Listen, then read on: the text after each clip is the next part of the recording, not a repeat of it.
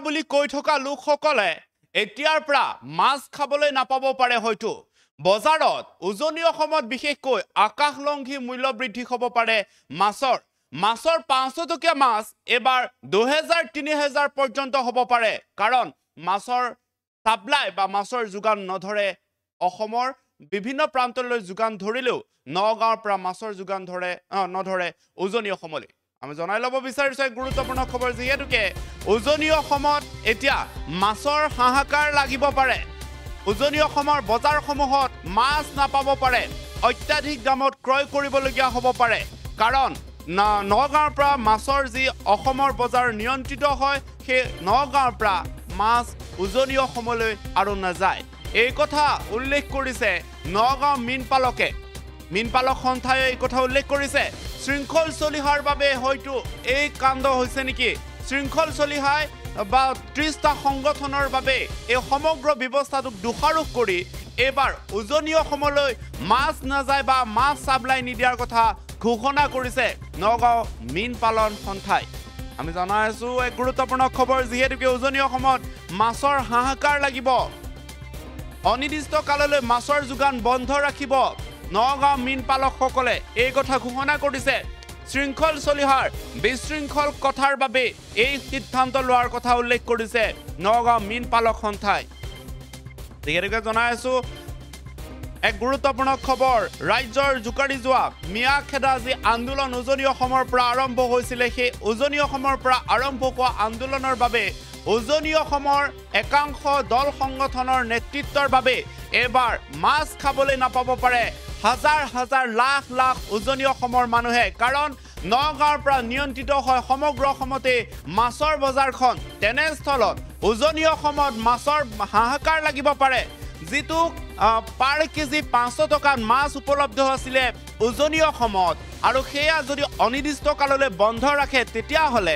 প্ৰায় 1000 পৰা 2500ৰ ভিতৰত ক্ৰয় কৰিব লাগিব প্ৰতি কেজি মাছৰ দাম যিহেতুকে জনাই আছো এক গুৰুত্বপূৰ্ণ খবৰ নগাঁও মীনপালন সন্থাই লৈছে এক ডাঙৰ সিদ্ধান্ত আমাৰ হাতত মন্তব্য আহি পৰিছে প্ৰথমতে সেই মন্তব্যটো শুনাই লৈছো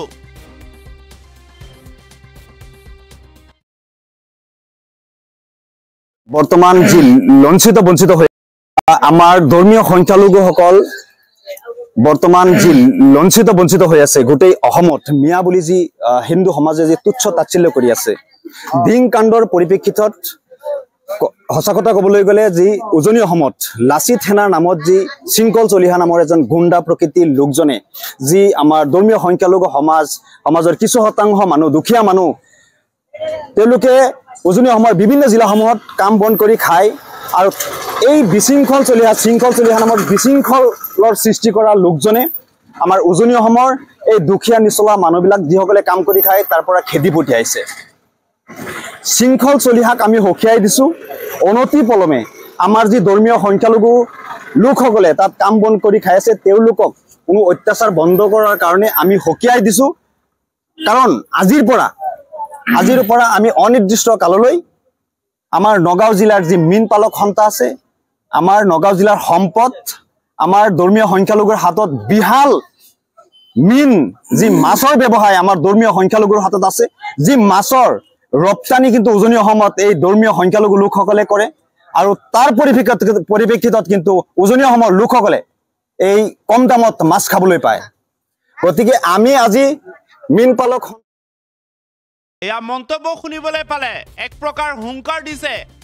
শৃংখল চলিহাৰ নামৰ এই বিশৃংখল মানুহটোৰ বাবে উজনি অসমৰ লাখ লোকে মাছৰ পৰা বঞ্চিত হ'ব নেকি কাৰণ নগাঁও বা নিয়ন্ত্ৰিত হয় অসমত মাছৰ বজাৰ আৰু সেয়ে উজনি অসমৰ মানুহে মাছ খাবলৈ নাপাব অনিৰ্দিষ্ট কাললৈ বন্ধৰ কথা ঘোষণা কৰিছে যাৰ বাবে যিকোনো পৰিস্থিতিৰ সৃষ্টি হ'ব আপুনি কমেন্ট কৰি জনাওক যে নামনি অসমৰ বা মধ্য অসমত যিসকল ধৰ্মীয় সংখ্যালঘু লোক আছে উজনি অসমত মিয়া সম্প্ৰদায়ক বিশেষকৈ টাৰ্গেট কৰি লোৱাৰ বাবে তেওঁলোকে এক দাবী উত্থাপন কৰিছে তুচ্ছ তাচ্ছিল্য কৰা লাচিত সেনা নামৰ সেই শৃংখল চলিহাৰ বিশৃংখল কাণ্ডৰ বাবে এতিয়া সাধাৰণ জনতা উজনি অসমৰ লোকে ভুক্তভোগী হ'বলগীয়া হ'ব পাৰে নেকি এই ধৰণৰ মন্তব্য কৰিছে আৰু এক প্ৰকাৰ শৃংখল চলিহাক সকিয়নি দিছে ধৰ্মীয় একাংশ দল সংগঠনৰ সংখ্যালঘু সম্প্ৰদায়ৰ একাংশ দল সংগঠনৰ লগতে এতিয়া নগাঁও মীন পালক সন্থায়ো ধমকি দিছে, এক প্ৰকাৰ হুংকাৰ দিছে, শৃংখল চলিহাই যদি পাৰে তেতিয়াহ'লে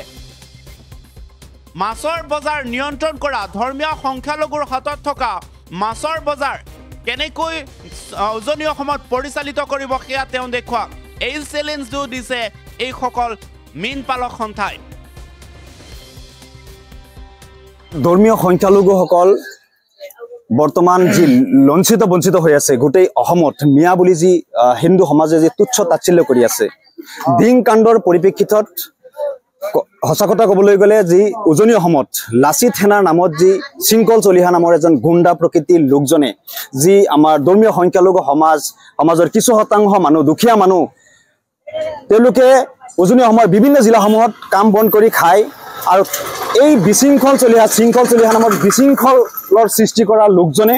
আমাৰ উজনি অসমৰ এই দুখীয়া নিচলা মানুহবিলাক যিসকলে কাম কৰি খায় তাৰ পৰা খেদি পঠিয়াইছে। শৃংখল চলিহাক আমি সকীয়াই দিছোঁ। অনতি পলমে আমাৰ যি ধৰ্মীয় সংখ্যালঘু লোকসকলে তাত কাম বন কৰি খাই আছে তেওঁলোকক কোনো অত্যাচাৰ বন্ধ কৰাৰ কাৰণে আমি সকীয়াই দিছোঁ। কাৰণ আজিৰ পৰা আমি অনিৰ্দিষ্ট কাললৈ আমাৰ নগাঁও জিলাৰ যি মীন পালক সন্থা আছে, আমাৰ নগাঁও জিলাৰ সম্পদ, আমাৰ ধৰ্মীয় সংখ্যালঘুৰ হাতত বিশাল মীন যি মাছৰ ব্যৱসায় আমাৰ ধৰ্মীয় সংখ্যালঘুৰ হাতত আছে, যি মাছৰ ৰপ্তানি কিন্তু উজনি অসমত এই ধৰ্মীয় সংখ্যালঘু লোকসকলে কৰে আৰু তাৰ পৰিপ্ৰেক্ষিতত কিন্তু উজনি অসমৰ লোকসকলে এই কম দামত মাছ খাবলৈ পায়। গতিকে আমি আজি মীন পালক সন্থাই থিৰাং কৰিছোঁ যে অনাগত দিনত অনিৰ্দিষ্ট কাললৈ আমি আমাৰ যি মূল্যৱান সম্পদ মাছ আমি উজনি অসমত ৰপ্তানি নকৰোঁ। বিশেষকৈ তিনিচুকীয়া আৰু শিৱসাগৰত দৰকাৰ পৰিলে আমি মাছ পচাই দিম, তথাপি উজনি অসমৰ কোনো জিলাত আমি মাছ ৰপ্তানি নকৰোঁ। দৰকাৰ পৰিলে আমি গুৱাহাটীৰ ফালে মাছ লৈ যাম, কিন্তু উজনি অসমৰ কোনো ঠাইতে মাছ ৰপ্তানি নকৰোঁ। গুণ্ডা শৃংখল চলিহাই তেতিয়া গম পাব তাৰপিছত মাছৰ মূল্য কিমান। আমাৰ হাততো শক্তি আছে, আমাৰ হাততো সম্পদ আছে। আমি অসমৰ